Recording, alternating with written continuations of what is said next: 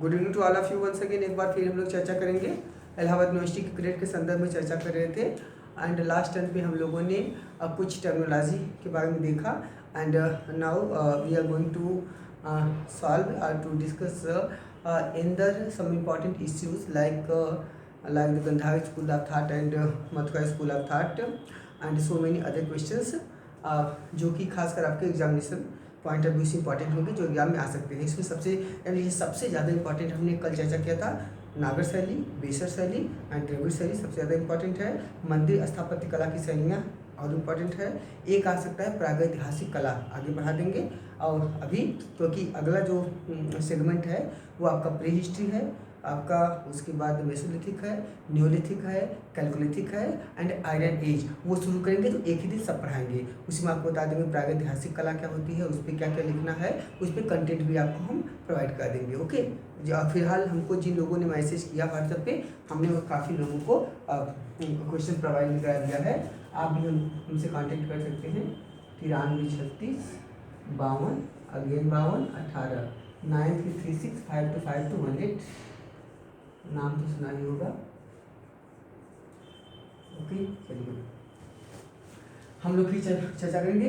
देखिए, एक हमने पहले कहा है कि लेखन कला में याद रखिएगा हमेशा दिमाग में कि बहुत ज़्यादा पढ़ने से कोई फर्क नहीं पड़ेगा, बल्कि समझना, जानना और जो हमको at the time of the examination हम क्या प्रेजेंट कर रहे हैं, क्या हम एक्सप्रेस कर रहे हैं अपने राइटिंग के थ्रू, वो ज़्यादा इम्पॉर्टेंट है।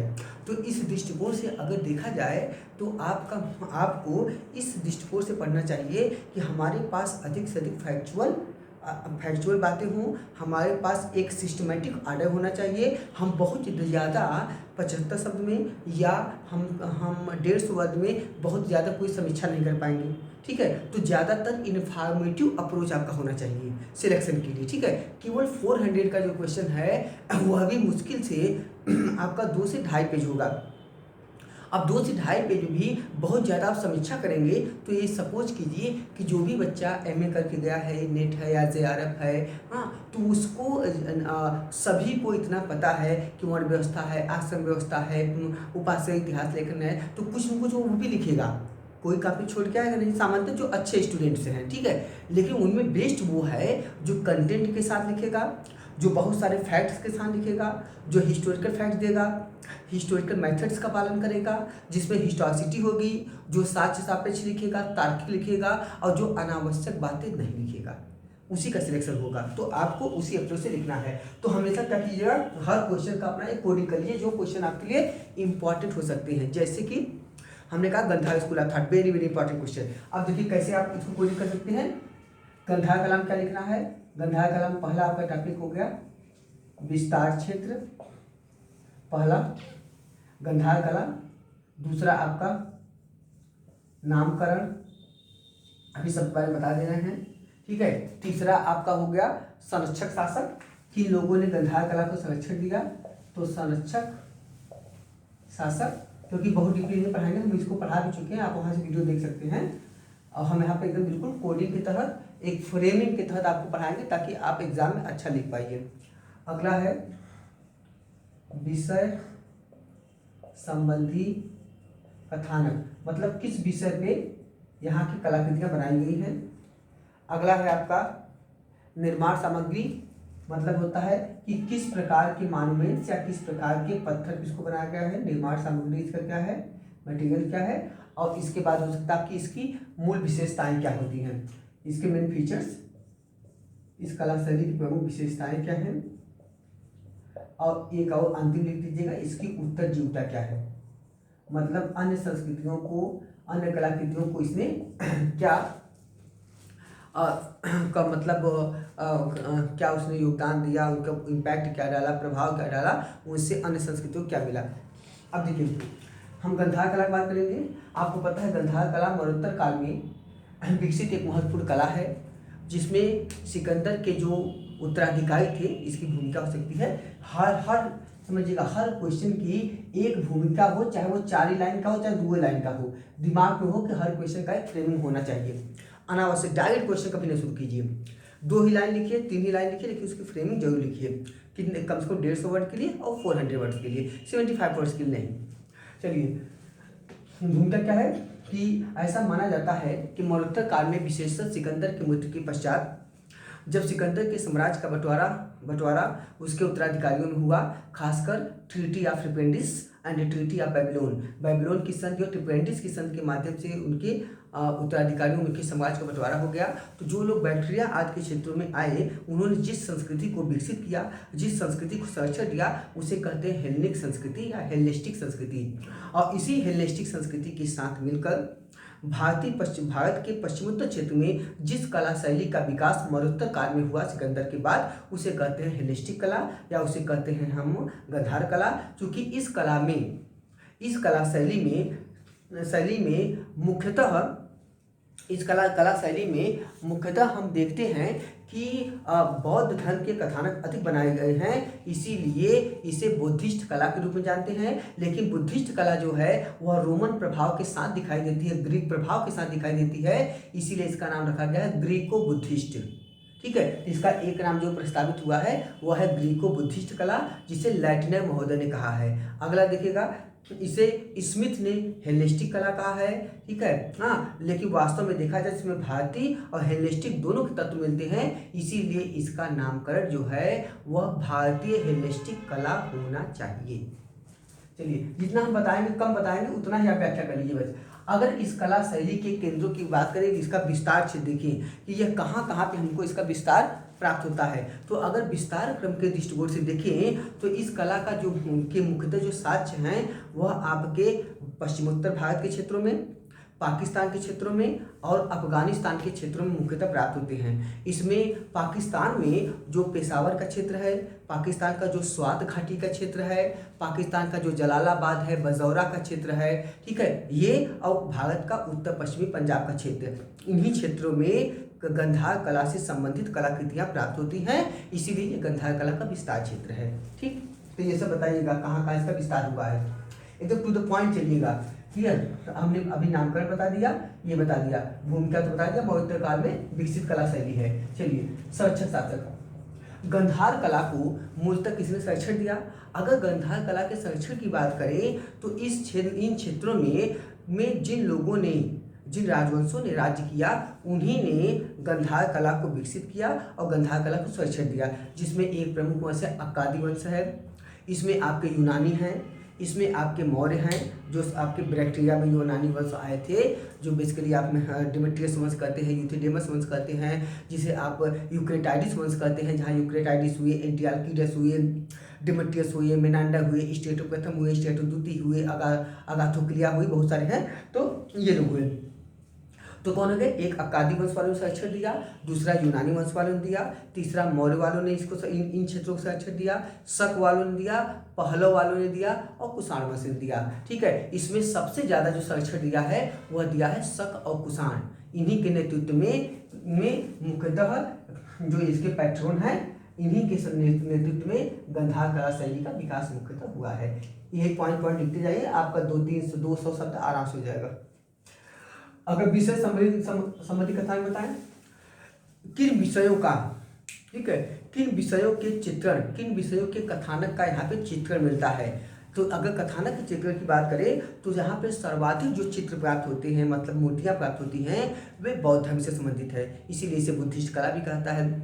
दूसरा, इसके अतिरिक्त अगर सीमित मात्रा में देखें तो कुछ हमको हिंदू धर्म की देवी देवताओं की मूर्तियाँ भी प्राप्त होती हैं और कुछ यक्ष यक्षिणियों की भी मूर्तियाँ प्राप्त होती हैं और कुछ यूनानी रोमन देवी देवताओं की भी मूर्तियाँ प्राप्त होती हैं। तो ये बता दें, इसका वर्ण विषय है। ठीक है, आप चाहें तो इसे डायग्राम बना के भी वहाँ पे दिखा सकते हैं।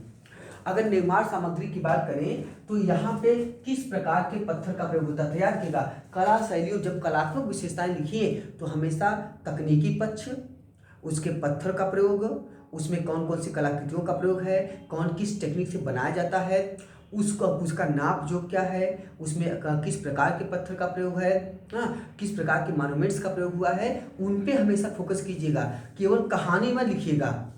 ठीक है, कि ताजमहल एक बहुत बड़ा स्मारक है, इसे विश्व के 7 आश्चर्यों में नाम दिया गया है, बहुत पर्यटक बहुत आते हैं, ये है वो है, नहीं बताइएगा। ताजमहल है जिसका मूल नाम रौज़ा मुनव्वर है, रौज़ा का मतलब क्या होता है, मुनव्वर का मतलब क्या होता है, ताजमहल कितने स्क्वायर प्रांगण में बनाया गया है, ताजमहल में कच्चीकारी क्या है, ताजमहल में कच्चीकारी क्या है, ताजमहल में बुर्ज शैली क्या है, बुर्जी शैली क्या है, ताजमहल में उल्टा कलश शैली क्या है, महल में आपका जो पिटाडुरा हुआ है वो क्या होता है, ताजमहल में स्वतंत्र मीनार शैली का प्रयोग हुआ है।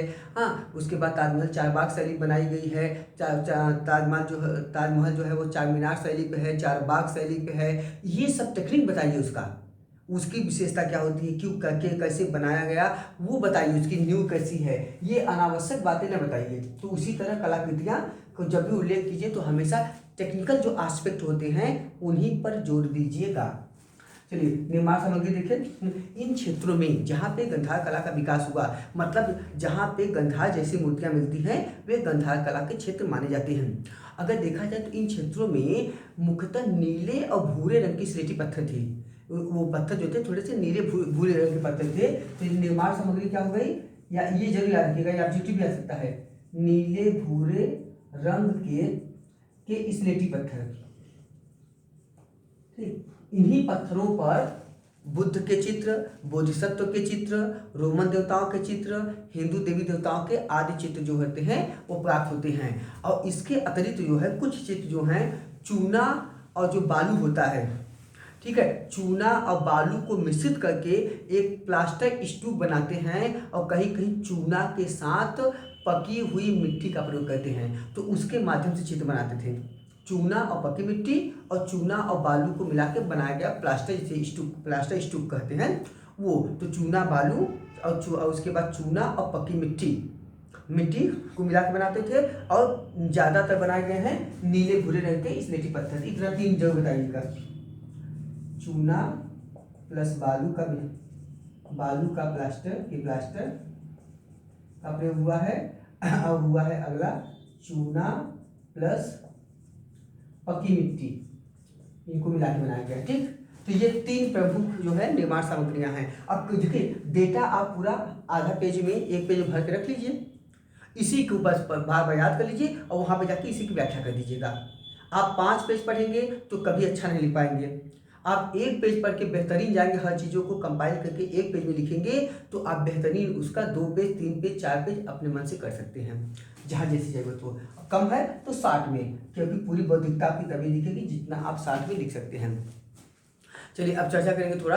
अगर हम यहाँ पे देखें तो अगर हम विशेषताओं में जाएं तो इस काल में जो मुख्यतः विशेषताएं हैं तो इनको पॉइंट वाइज करके 5-6 विशेषता लिख सकते हैं। जैसे समझिएगा, यह भारतीय इतिहास में कथानकों के दृष्टिकोण से अगर देखें तो यह बौद्ध धर्म के कथानकों की सबसे ज़्यादा अधिकता मिलती है। यहाँ पहली बार बुद्ध के साथ बोधिसत्व का चित्र मिलता है। यह गंधार कला पहली कला शैली है जिसमें बुद्ध के साथ बोधिसत्व की शैलियाँ मिलती है। बुद्ध के साथ बोधिसत्व पहली बार है, लेकिन बौद्ध धर्म कहा था कि महात्मा बुद्ध की जो पहला मूर्ति बनी है वो मथुरा कला बनी है। ठीक है, लेकिन बोधिसत्व की जो है वो गंधार कला बनी है। आगे देखिएगा, दूसरा, यहाँ पे बुद्ध को अनेक रूपों में दिखाया गया है। जैसे बुद्ध के घुंघराले बाल दिखाए गए हैं, ठीक है, बुद्ध को कहीं कहीं चप्पल पहने दिखाया गया है, बुद्ध को मूंछधारी बुद्ध दिखाया गया है, मूंछ रखे हुए बुद्ध हैं, बुद्ध को कहीं कहीं जूता पहने दिखाया गया है। ठीक है, बुद्ध को महीन और सलबटेदार कपड़े पहने दिखाया गया है। मतलब जो कपड़े बुद्ध ने पहने हैं वो महीन हैं और सलबटेदार हैं, उनमें जो क्रैम्प्स हैं वो निकली निकली दिखाई देती हैं, जिससे बुद्ध की शारीरिक संरचना जो उसका फिजिकल एनाटॉमी है, ठीक है, वो ज़्यादा प्रदर्शित होता है। बुद्ध के वेन्स नस जो होते हैं आपको पूरी तरह दिखाई देते हैं। ऐसा लगता है कि जैसे बुद्ध के पूरे शारीरिक जो सौष्ठव है, जो उसकी फिजिकल डिसेंसी है, उन पे ही ज़्यादातर फोकस किया गया है। इसीलिए बुद्ध के आंतरिक तत्वों में कम मिलते हैं। दूसरी खासियत क्या है, देखो 2 हो गया, तीसरी खासियत क्या है, ये पॉइंट ऐसे नोट करते जाइएगा। तीसरा पॉइंट क्या है, बुद्ध को यहाँ महापुरुषी लक्षणों से युक्त बताया गया है। महापुरुषी लक्षण क्या होते हैं, बौद्ध धर्म का एक ग्रंथ है जिसका नाम है लक्षण सुतांत। इस ग्रंथ में महापुरुषों के 32 लक्षण बताए गए हैं, जिनमें से बुद्ध को इन लक्षणों से युक्त दिखाया गया है। जैसे देखे होंगे, गंधार कला की खासियत है, गंधार कला में बुद्ध को जगह जगह पे बड़े हाथ वाला दिखाया गया है, जिसे कहते हैं अजान बाहु। बुद्ध का जो हाथ है वो घुटने तक जा रहा है, बुद्ध का हाथ घुटने तक जा रहा है, इसे कहते हैं आजान बाहु, बड़ा लंबे हाथ वाले। दूसरा देखिए, दूसरा बुद्ध की विशेषता है जालांगुली। जालांगुली का मतलब होता है कि बुद्ध की जो उंगलियां हैं, ये उंगलियां परस्पर सटी हुई हैं। ऐसे बुद्ध को जब अंकित किया गया तो बुद्ध के उंगलियों को खोल के नहीं किया गया है, उसको ऐसे किया। पूछेंगे जालांगुली क्या है, तो इसको बोलते हैं जालांगुली। ये हाथ जो है ये पूरा चिपके सटे हुए हैं एक दूसरे से, जो फिंगर्स हैं, ये जालांगुली कहते हैं। अगला देखिएगा, दूसरा है उसरीस। उसरीस माने होता है पगड़ी, ठीक है। ये क्या होता है, इसमें जो बुद्ध का अंकन हुआ है, उस बुद्ध के अंकन में हम देखते हैं कि बुद्ध के जो बाल हैं, उस बाल का जूड़ा बनाया गया है। बाल का जूड़ा बनाया गया, जिसे कहते हैं बाल, आपका एक प्रकार कर सकते हैं कि आपका बालों का गुच्छा, ठीक है, तो उसे कहते हैं हम लोग उसरीस। ये खासियत। अगला देखिए, अगला है आपका लंब कर्ण पास। ये महत्वपूर्ण विशेषता है, लंब कर्ण पास। ये क्या होता है, लंब कर्ण, कर्ण माने होता है कान। तो बुद्ध के कान आप देखे होंगे, तो बुद्ध के कान जो है लंब कर्ण, लंबे और लटके हुए हैं। बुद्ध के कान यहाँ से लेकर यहाँ तक लंबे लंबे हैं और लटके हुए हैं, इसे कहते हैं लंब कर्ण पास। अगला देखिए उड़ा। उड़ा का मतलब क्या होता है, उड़ा मतलब होता है कि बुद्ध के दोनों भौहों के बीच में यहाँ पे बाल है, और ये बाल जो है काफी बड़े हैं, ठीक है, गुच्छा जैसा है। यहाँ दोनों भौहों के बीच में जो बाल है, आई मीन दोनों जो आइरिस होता है, इसके बीच में जो बाल है, इसे कहते हैं ओड़ा। तो यहाँ पे ओड़ा से युक्त दिखाया गया है। तो मतलब ये क्या है, महापुरुषी लक्षणों से बुद्ध को युक्त दिखाया गया। ये सब विशेषता बताइएगा। अगला देखिएगा, चौथी विशेषता क्या है, बुद्ध की मूर्तियाँ जो हैं यहाँ पे क्या है, प्रायः दो रूपों में मिलती हैं। एक स्थानक और दूसरी जो होती है आसन मुद्रा। स्थानक माने होता है खड़ी हुई मुद्रा में बुद्ध को दिखाया गया है, और आसन माने बैठा हुआ। लेकिन एक और अलग विशेषता है कि जो बोधिसत्व की मूर्तियाँ हैं वह केवल और केवल स्थानक मुद्रा में हैं, मतलब खड़ी हुई दिखाई दे गई हैं बस, और उनको बैठे हुए नहीं दिखाया गया है।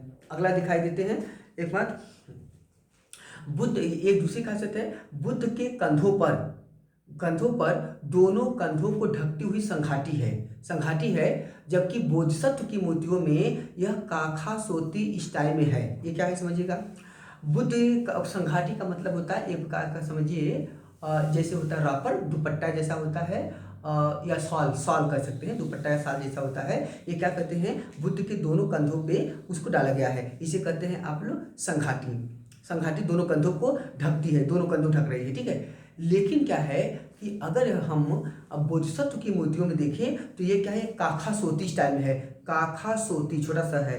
काखा सोती का क्या मतलब होता है, जिसमें ये क्या होते हैं, ये बाएं कंधे को, ठीक है, बायां कंधा जैसे ये है तो बायां कंधा तो ढका होता है, ठीक है, बायां कंधा ढका होता है। लेकिन क्या होता है कि आगे चलकर दाएं कंधे से इधर जाता है और दाएं कंधे के नीचे से निकल के ऊपर चला जाता है, ठीक है। अब हमारे पास ज़्यादा कलाकृति है, कलाकारी है, नहीं बता दूं, ओवरऑल की जानिएगा, जिसमें बायां कंधा ऊपर से ढका होता है, ऐसे जाएगा रापर, और रापर यहाँ से जाकर पीछे पीठ से आएगा, और पीठ से आके यहाँ से ऊपर चला जाएगा। इसे कहते हैं काखा सोती स्टाइल। ये सब विशेषता बताइए, ठीक है। तो ये हो गया काका सोती, ये हो गया। अगली छठवीं विशेषता क्या है इसमें सबसे बड़ी बात है कि यूनानी कला का अत्यधिक प्रभाव पड़ने के कारण यहाँ पे शारीरिक संरचना, शारीरिक सौष्ठव, बाह्य सौंदर्य पर अधिक बल दिया गया है उसकी अपेक्षाकृत आंतरिक गुण, आंतरिक भाव भंगिमाएं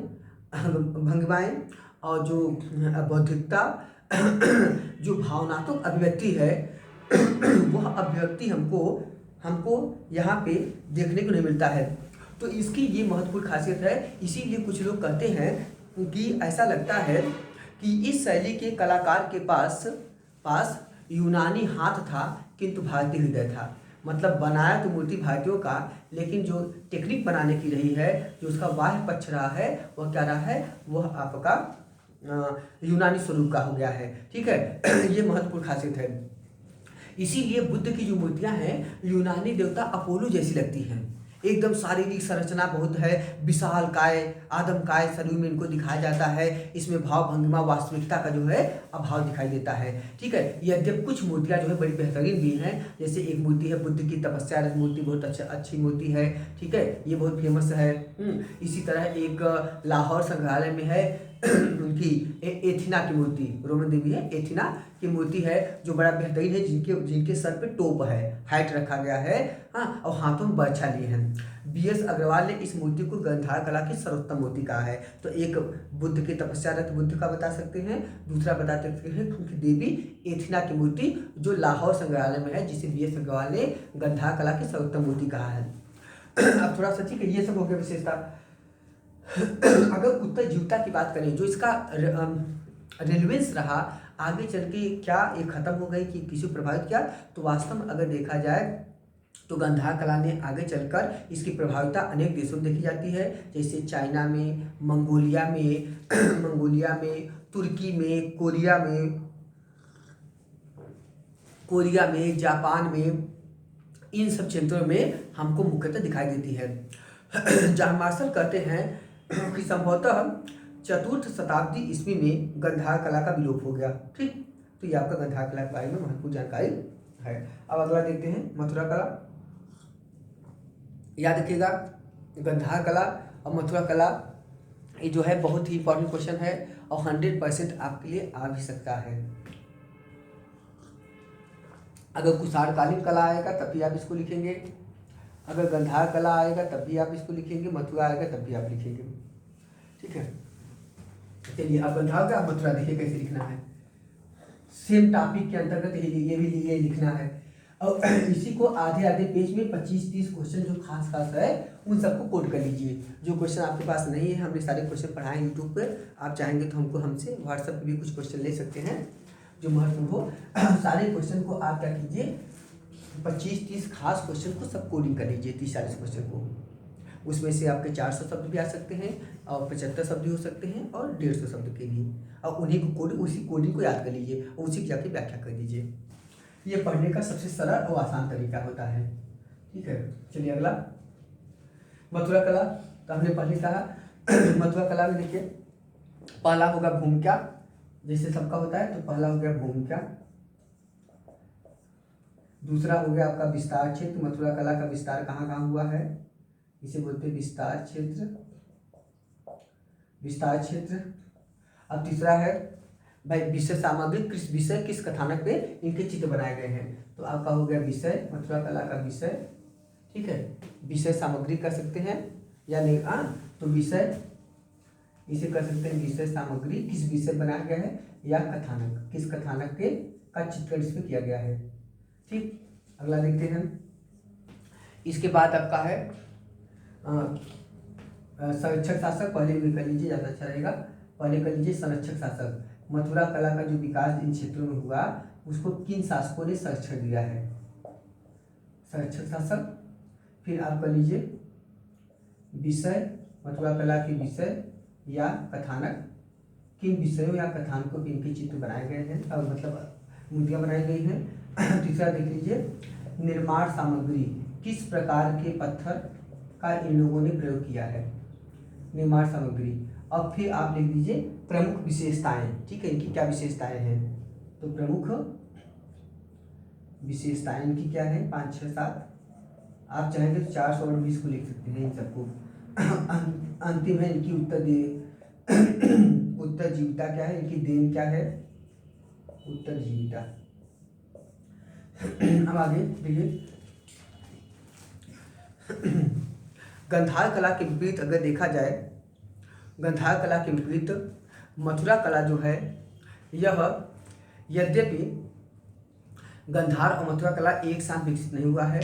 गांधार कला का विकास पहले हुआ, मथुरा कला का विकास बाद में देखने को मिलता है, पहली बात। दूसरा देखिएगा, गांधार कला के विपरीत मथुरा कला जो है एक विशुद्ध भारतीय कला है, एक विशुद्ध भारतीय कला है जिसमें भारतीयता के तत्व जो होते हैं समाहित हैं, निहित हैं, प्राप्त होते हैं। ठीक है, तो कला के विकास में मथुरा का महत्वपूर्ण स्थान है, इसीलिए इसका नाम मथुरा कला केंद्र के रूप में जाना जाता है। अब विस्तार क्षेत्र की बात करें, मथुरा कला के अगर विस्तार की बात करें तो मथुरा कला के जितने भी कलाकृतियाँ मतलब आपके मूर्तियाँ आज मिलते हैं, ये सब मूर्तियाँ मुख्यतः 3 स्थानों से मिलती हैं। कहाँ से 3 स्थान है, देखिएगा कहाँ से इसका विस्तार हुआ है।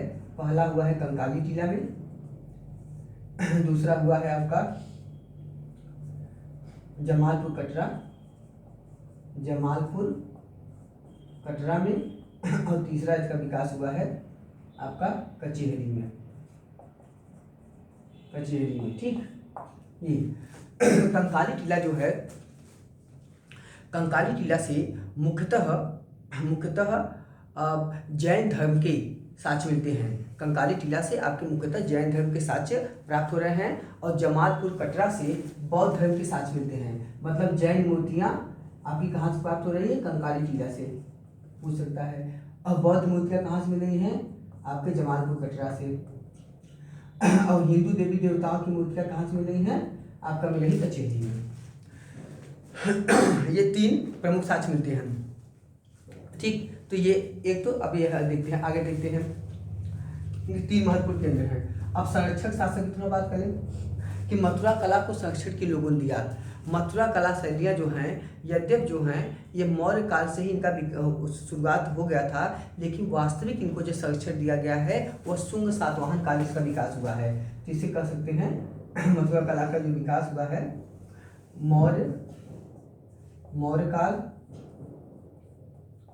मौर्य काल में, ठीक। फिर शुंग में, सातवाहन में और कुषाण में।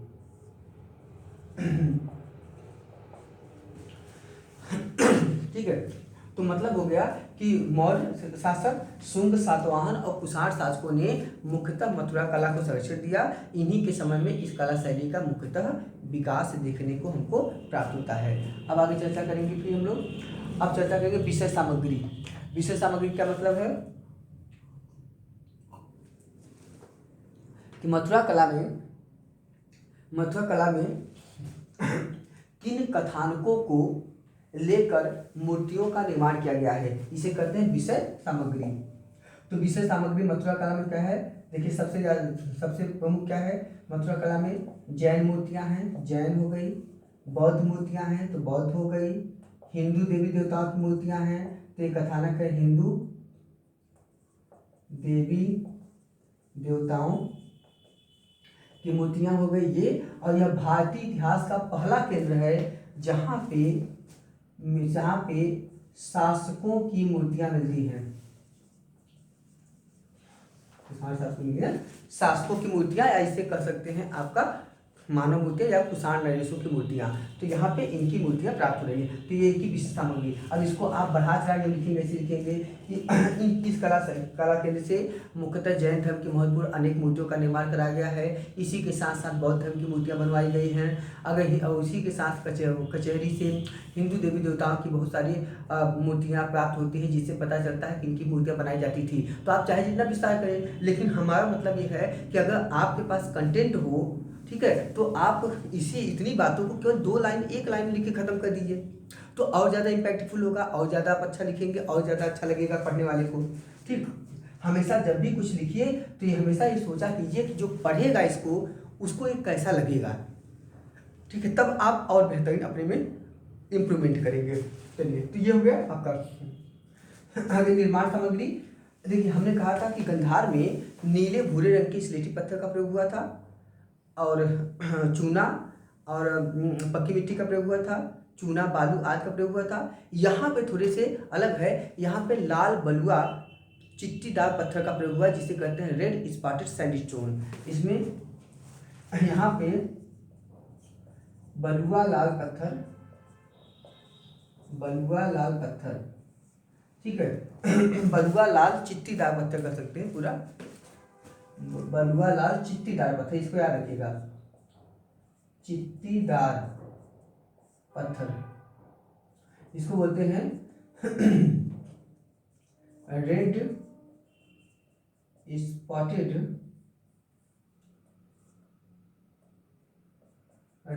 Spotted sand stone. इसी पर ज़्यादा से ज़्यादा जो है चित्र, मतलब ज़्यादा से ज़्यादा मूर्तियाँ इसी पत्थर बनाई गई हैं।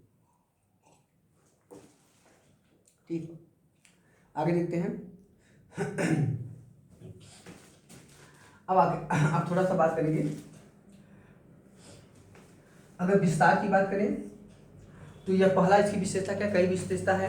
पहली विशेषता है कि यह भारतीय इतिहास का प्रथम केंद्र है जहाँ से जहाँ से विशुद्ध भारतीय अवधारणा को व्यक्त करने वाले मूर्तियों का चित्रांकन हुआ है। पहली विशेषता, यहाँ पे निर्मित मूर्तियों में मुख्यतः आंतरिक सौंदर्य, भाव भंगिमाएं, ठीक है, नैसर्गिक सौंदर्य, प्राकृतिक सौंदर्य और एक आंतरिक परिशुद्धि को दर्शाने का प्रयास किया गया है। तो यह गंधर्व कला से इस अर्थ में महत्वपूर्ण। दूसरी विशेषता इसकी ये हो गई। तीसरा विशेषता देखिए, यहाँ पे बुद्ध की मूर्तियों में नैसर्गिक भाव के साथ साथ आध्यात्मिक भाव और उसके बाद बुद्ध की बौद्धिकता आदि को दर्शाने का प्रयास किया गया है। ठीक है, तीसरी विशेषता अभी चर्चा करेंगे आगे हम लोग। थोड़ा सा देखते हैं। यहाँ पे अगला विशेषता है, यहाँ पे लाल बलुआ चित्तीदार पत्थर और रवादार बलुए पत्थर। कौन सा पत्थर? रवादार पत्थर का प्रयोग हुआ है। याद रखिएगा, रवादार पत्थर का प्रयोग देखने को मिलता है। यहाँ पर जो मानव मूर्तियाँ हैं वह गंधर्व कला के विपरीत सुडौल हैं, समुचित हैं। उनका आनुपातिक जो आकार प्रकार है, जो उनका प्रोपोर्शनल जो उनका कह सकते हैं जियोमेट्री है, वह बहुत ही महत्वपूर्ण और बहुत ही बेहतरीन बनाई गई है। मतलब उसमें अनावश्यक हाथ बड़ा, कान बड़ा, ये सब नहीं किया गया है। ठीक है, उसमें नैसर्गिकता पे ज़्यादा से ज़्यादा जोर दिया गया है। ठीक, इसमें साथ ही साथ जो गंधर्व कला में बहुत ही भड़कीले तरह के जो बुद्ध के चित्र बनाए गए, उनके वेंस दिखाए गए, नस दिखाए गए, बुद्ध के शारीरिक सौंदर्य बल दिया गया है। यहाँ वैसा ही था। यहाँ पे बुद्ध को हल्के फुल्के कपड़े पहनाए गए, बुद्ध को झीने और सरबटेदार कपड़े पहनाए गए हैं। वस्त्र मतलब झीने मतलब होता है सिंपल, पतला।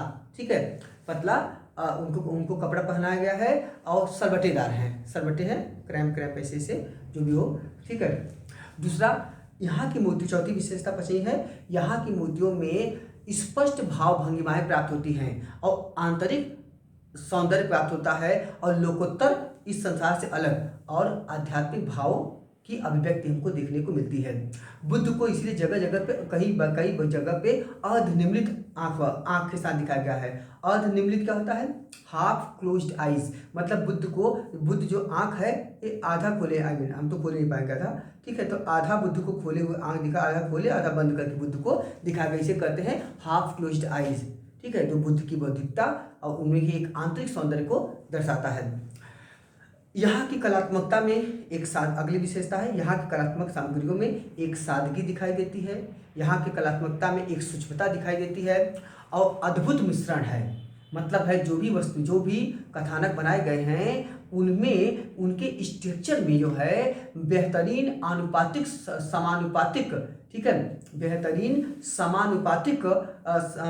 समानुपातिक समन्वय रखा गया है कि कौन सी बॉडी स्ट्रक्चर कितना बड़ा कितना छोटा दिखाया जाना चाहिए। ठीक है, और अगला है, यहाँ पे यद्यप कुछ बुद्ध मूर्तियों में गंधर्व का प्रभाव दिखाई देता है, जिसके कारण कहीं कहीं पे बुद्ध को जूता पहने हुए दिखाया गया है और कहीं कहीं बुद्ध को मूंछधारी भी दिखाया गया है, लेकिन फिर भी जो है यह महत्वपूर्ण केंद्र है जहाँ पे हमको भारतीयता के तत्व दिखाई देते हैं। अगर जैन मूर्तियों की बात करें तो जैन मूर्तियों में यहाँ पर जो विशेषता है, जैन मूर्तियों में यहाँ पे मुख्यतः जो प्राप्त होती है क्या है, यहाँ की जैन मूर्तियों में हमको मुख्यतः तीर्थंकर मूर्तियाँ, स्तूप, आयागपट्ट आदि प्राप्त होते हैं। स्तूप तो आपको पता ही है। आयागपट्ट क्या होते हैं? आयागपट्ट को ब्यूलर महोदय ने आयागपट्ट को पूजा पट्ट भी कहते हैं। आयागपट्ट क्या होते हैं? आयागपट्ट जो होते हैं एक विशेष प्रकार के पत्थर की पट्टी होती है जिसपे क्या कहते थे, जिसपे जैन धर्म के कथानकों का चित्रण होता था और इनको बाद में पूजा होने लगी। ठीक है, एक पट्टिका की तरह होती है, इसे कहते हैं आयागपट्ट। ठीक है, तो ये आयागपट्ट हो गए। अगला देखते हैं, तो पहला आयागपट्ट हो गया। दूसरा देखिए क्या होती है, दूसरा होती है आपका तीर्थंकर। अगर और तीर्थंकरों की बात करें तो यहाँ पर जो तीर्थंकर मूर्तियाँ हैं वह जगह जगह पे प्रदर्शित की गई हैं और बहुत सारे हमको तीर्थंकर मूर्तियाँ भी प्राप्त होती हैं। तीर्थंकर पता है 24 तीर्थंकर की मानता है।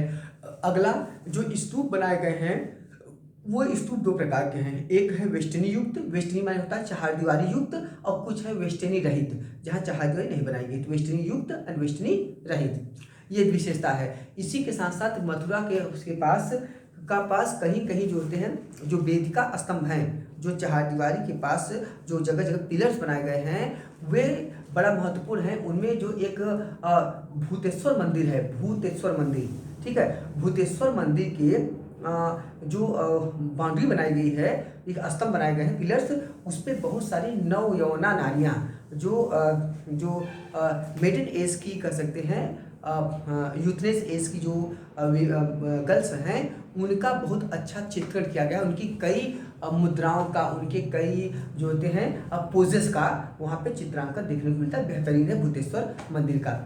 अब आते बौद्ध, अगर बुद्ध मूर्तियों में देखें तो यहाँ बुद्ध की मूर्ति मिलती है, बोधिसत्व की मूर्ति मिलती है, और यहाँ पे जातक कथानकों को भी चित्रित किया गया है। बुद्ध से जीवन से पहले की जो घटनाएं हैं उनका भी चित्रण इसमें देखने को यहाँ पे मिलता है।